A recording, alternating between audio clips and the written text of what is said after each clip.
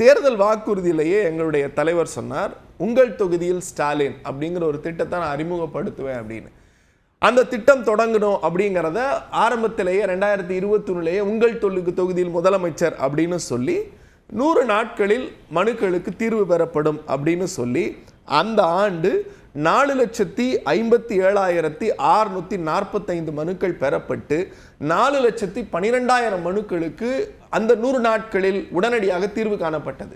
அந்த தீர்வு காணப்பட்ட துறைக்கு மரியாதைக்குரிய ஷில்பா அவர்கள் IAS அவர்களை தலைமை வகித்து அந்த பொறுப்பை எடுத்தார். 2021 நவம்பர்ல அந்த பீரியட் முடிஞ்ச உடனே அடுத்த கட்டமா இன்னொரு பயஸ் போகுது, செகண்ட் பயஸ், முதல்வரின் முகவரி அப்படின்னு சொல்லிட்டு அதை இன்னும் ஜெட் வேகத்தில் மக்களை சந்திக்கணும் அப்படின்னு 2021 நவம்பர் மாதம் ஒருங்கிணைந்த உதவி மையத்தை கொண்டு வந்து ஜூன் மாதம் 30ஆம் தேதியிலிருந்து தொடங்கி 1,05,00,000 மனுக்கள் பெறப்பட்டது. 1,05,00,000 மனுக்கள். அந்த 1,05,00,000 மனுக்கள்ல 1,112 மனுக்களுக்கு தீர்வு காணப்பட்டிருக்கிறது. மூன்றாவது பயஸ் 2023 பிப்ரவரி மாதம் இந்த 2 உங்கள் தொகுதியில் முதல்வரின் முகவரி சரியா போயிருக்கான்னு கள ஆய்வில் முதலமைச்சர் அப்படின்னு சொல்லி 2023 பிப்ரவரி மாதம் முதலமைச்சர் 4 தொகுதிகளை ஒருங்கிணைத்து அந்த மாவட்ட ஆட்சித்தலைவர்கள் எல்லாவற்றையும் வைத்து எல்லாத்தையும் செஞ்சார்.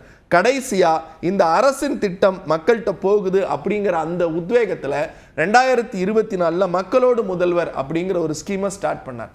இது முதல் பயஸ், 2வது பயஸ், 3வது பயஸ், 3 கட்டங்களையும் தவறவிட்டவர்கள்.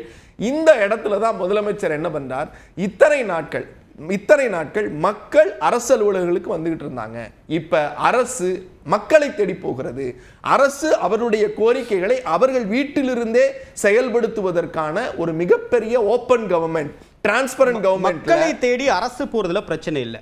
மக்களை தேடி ஸ்டாலின், உங்களுடன் ஸ்டாலின் அப்படின்ற ஒரு அரசியல் நோக்கத்தோடு அந்த பேரை காயின் பண்றது தான் விமர்சனமா முன்வைக்கிறாங்க சசிரேகா. ஸ்டாலின் முதலமைச்சர் அவர்கள் தானே இப்ப முதலமைச்சர் தானே ஸ்டாலின். அதுல முதல்வர்னு வச்சிடலாமே, அதுல ஒன்றும் தவறு கிடையாது.